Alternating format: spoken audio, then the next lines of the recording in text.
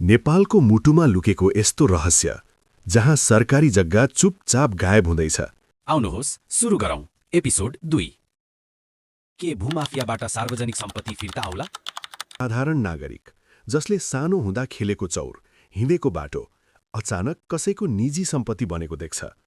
कागज हेर्दा सबै कानुनी, तर भित्रभित्रै भूमाफिया र भ्रष्ट नेताहरूको गहिरो खेल चलिरहेको हुन्छ।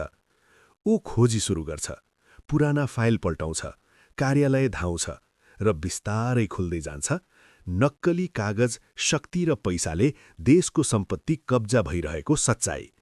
त्यसैबीच काठमाडौँका मेयर बालेन शाहले टुकुचा खोला जस्ता अतिक्रमण हटाएर देखाए सरकारी जग्गा फिर्ता ल्याउन सकिन्छ। तर कथा यहाँ रोकिन्न। जब हजारौं बिघा सरकारी जग्गा कब्जाको कुरा बाहिर आयो, अनि त्यसपछि के भयो? पार्ट 2 हेर्न नभुल्नुहोस्।